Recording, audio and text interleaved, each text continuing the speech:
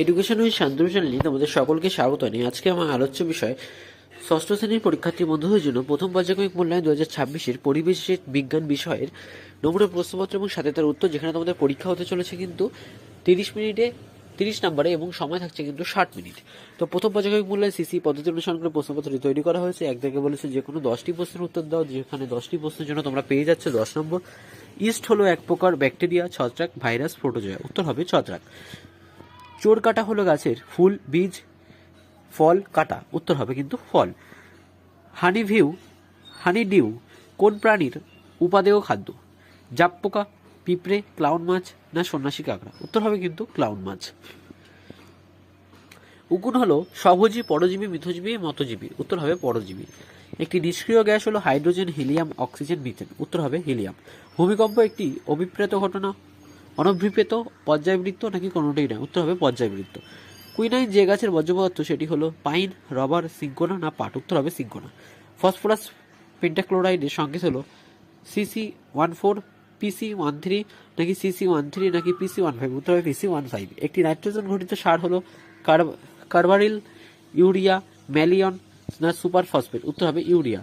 একটি পরজীবী উদ্ভিদ হলো স্বর্ণলতা, ক্যাকটাস, সিঙ্কোনা, সর্পগন্ধা? উত্তর হবে স্বর্ণলতা। যক্ষার জীবাণু বাসা বাঁধে ফুসফুসে, মস্তিষ্কে, হৃৎপিণ্ডে, লোহিত রক্তকণিকা? উত্তর হবে কিন্তু ফুসফুসে।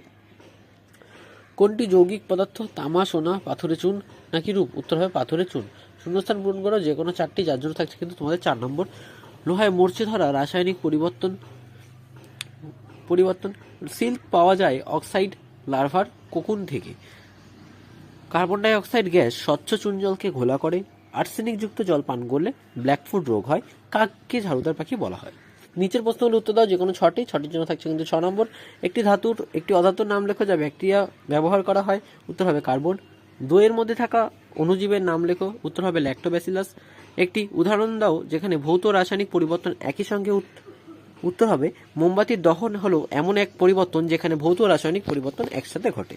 পরে প্রশ্নপত্র বলেছে মিথেন কার্বনের যোজ্যতা কত? মিথেন CH1, যেটা যৌগে কার্বনের যোজ্যতা হচ্ছে 8।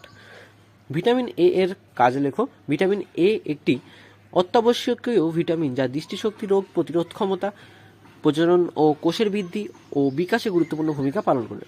DAP এর সম্পূর্ণ নাম লেখো? DAP এর পুরো সম্পূর্ণ নাম হচ্ছে ডায়মোনিয়াম ফসফেট।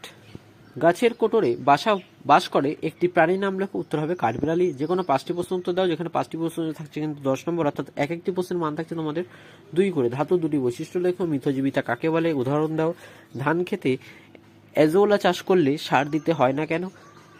ভৌত পরিবর্তন ও রাসায়নিক পরিবর্তনের 2টি পার্থক্য লেখো? রেল লাইনে জোরের মুখে ফাঁক রাখা হয় কেন? শীতকালে শিশির জমে কেন?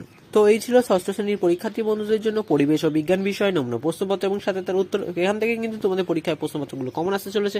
তো ভিডিওটি তোমাদের কেমন লাগলো তা অবশ্যই জানাবে। চ্যানেল নতুন হয়ে থাকলে চ্যানেলটিকে অবশ্যই সাবস্ক্রাইব করে দেবে এবং প্লে লিস্ট চেক করে কিন্তু অন্যান্য ভিডিওগুলি তোমরা দেখে নিতে পারো।